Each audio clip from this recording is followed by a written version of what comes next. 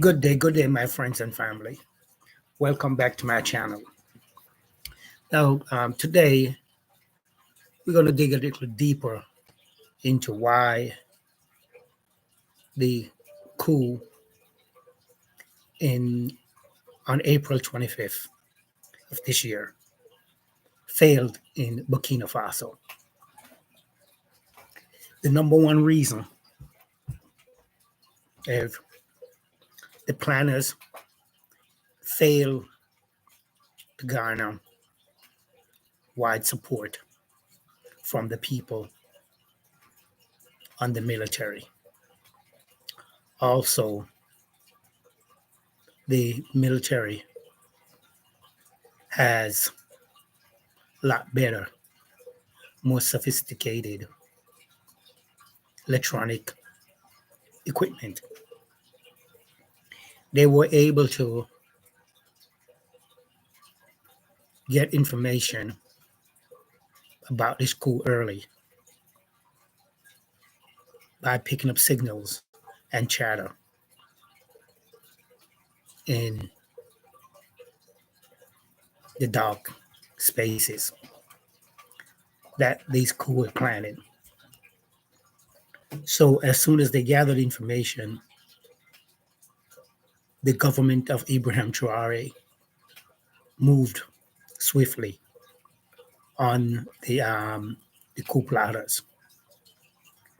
The leader of the coup, Rene David Aragwango, was able to flee to the Ivory Coast, Cote d'Ivoire, where some other coup plotters was, and they're in hiding there in broad daylight because the government of the Ivory Coast is in support of the coup. But I want to touch on something that's I have picked up. The people of Burkina Faso and the Sahara region, Mali, Niger, and for some part of Ghana, is sick and tired of the so-called democratic leader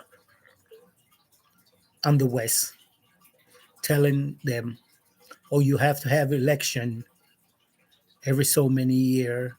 You have to have free and fair election and all kind of crazy stuff." So when the people, especially the people of Burkina Faso, the last coup that Thomas Sankara took control of Burkina Faso some 30 years ago, or maybe a little bit more than 30 years ago. The gain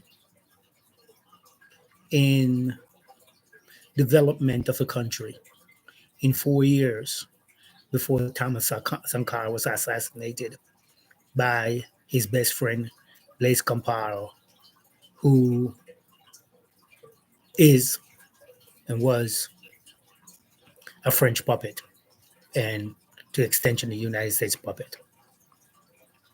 The people saw that all those development in those 4 years, when Blaise Compaoré came into power, he did not improve in those development. In fact, he tried to eliminate as much as he could. So for those 25, 27 years, the people got poorer and poorer and poorer. Then there was a coup in 2022 that removed Blaise Sankara. Paul Henry Naniba was a colonel, a general. But when he took over, He did not try to improve anything, did not try to do anything for the people. All he was doing is trying to gain wealth for himself. So a couple months later, Ibrahim Traore took over in another coup. Now, this is a captain, uh, um, a junior officer was able to garner support from the army and the people in general and overthrow the military general. But surprisingly, when Traore came in, he didn't act as a military leader. First thing he did, he said, I will not take a presidential salary. I'll remain as a captain, keep my captain salary. And he started giving and showing the people that he cares for them. He started first thing, the civil servants workers, he increased their pay by 50% and reduced the parliamentary their pay by 30%. He started using the country's resource to improve the lives of the people. And the jihad that was roaming freely in the country, he started restricting them and start capturing more land space that was taken over by the jihad group. But the thing that is in Traore's favor, he's not acting as like a military personnel. He is in compliance with what the people want. He is taking care of the people. He's improving their life day to day. He is revolutionizing Burkina Faso, industrializing Burkina Faso, building factories, building new schools, new hospitals. Kids are able to go to school now for free. People are getting medical attentions, medical services for free. So he's serving the people. He's not ruling the people, but he's serving the people. And because of this, he's creating enemies. You know who his greatest enemy is? The United States and France. Those two. But the majority of the West is falling in line with France and the United States. And he basically give both of them their middle finger, say, go do whatever. I'm going to do what I need to do for my people. He kicked out the French companies out of Burkina Faso and some of the Western countries. The French military is gone. The United States military is gone. And he's nationalized the gold industry. To give you an idea, Burkina Faso is the fifth largest gold producer in the world. That's how much gold they have. So, and he built a gold refinery factory to refine his own gold. Now, when he refined that gold and he sell that gold on the international market, he's using that money to develop the country, build roads, factories, and improve the people's life day to day. So the people loved him. neighboring countries like Ghana and other countries around, people love them.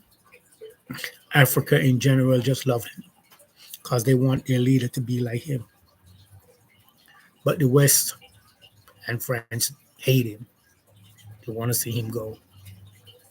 The biggest reason they're no longer able to suck all that wealth out of Burkina Faso and while the people literally was eating grass and leaf because that's how poor they were. But since Traore came in, there's an improvement. One of the things he did, and I want you to think about this. If you don't know, do a research, find out.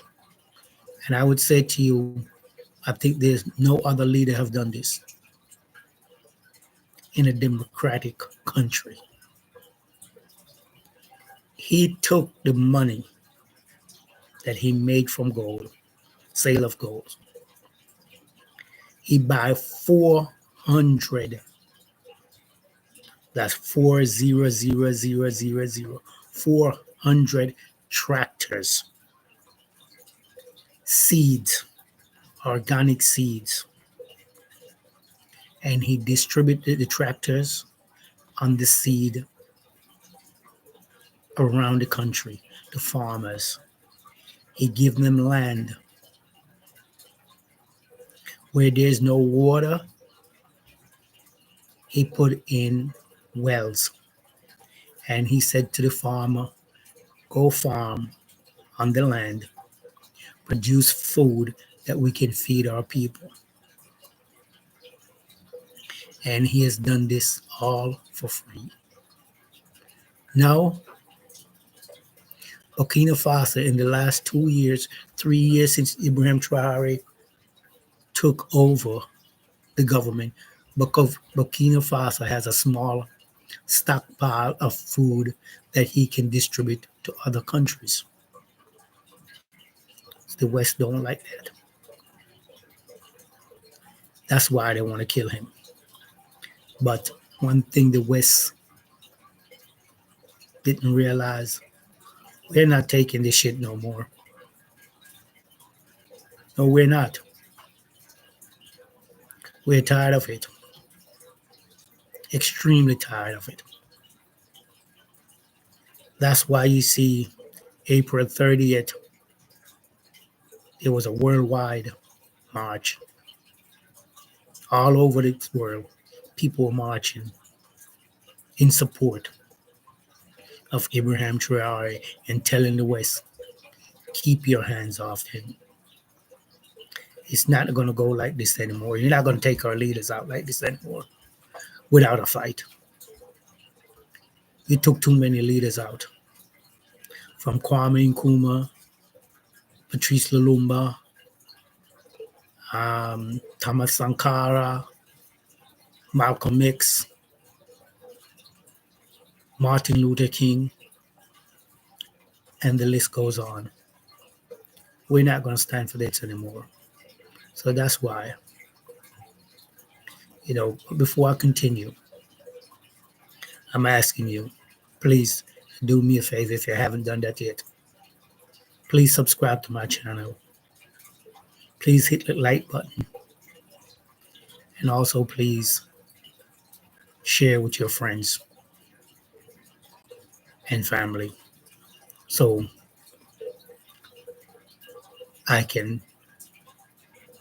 this channel can get to a wider audience. I'll deeply appreciate it. I'm trying to build a channel to talk about Black people and Black improvement and where we need to go as a people. For too long, we have been suffering. For too long, we have been taught that democracy and a democratic government is the only way. before the West invade Africa and killed our people and enslaved our people. There was no so-called democratic government in Africa, but everybody got along. Yes, may have some small scrimmages here and there against tribes, but in general, everybody got along. Everybody moved from, there was no border across the entire Africa. There was no borderline. People move from place to place, from season to season, and there was no real war against the different tribes. There was none. When the West came in and divided Africa, it divided Africa without the conscience that where the tribes lived. It would cut through tribes, it cut through your house and say, this is this country and this is this country. And you over here can't come over this side and this side can't come over this side. And it create conflict. And what the West did,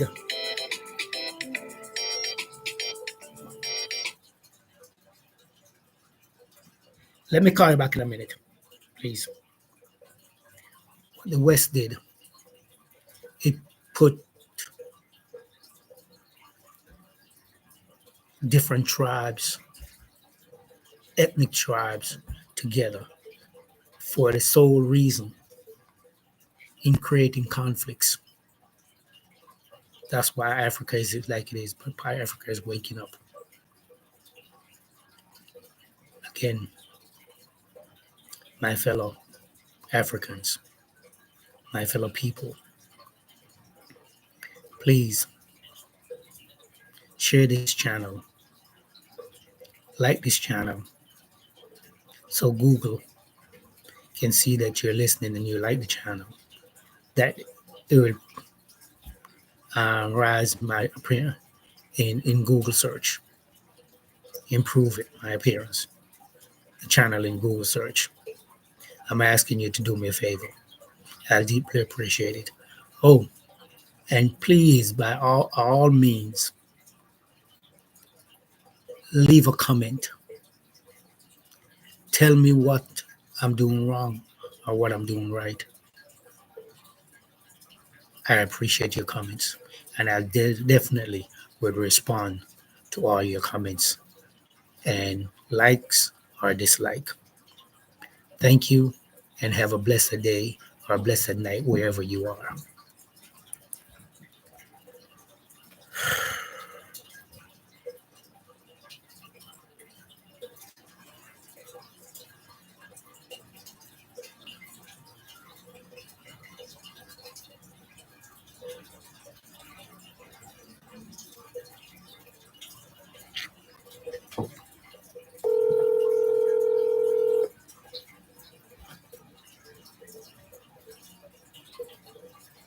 Yes, ma'am. Sorry about that. I was on a call with a client. Hmm? What is this?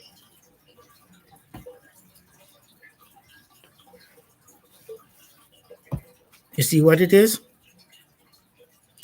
Well, you need to open my eye up then.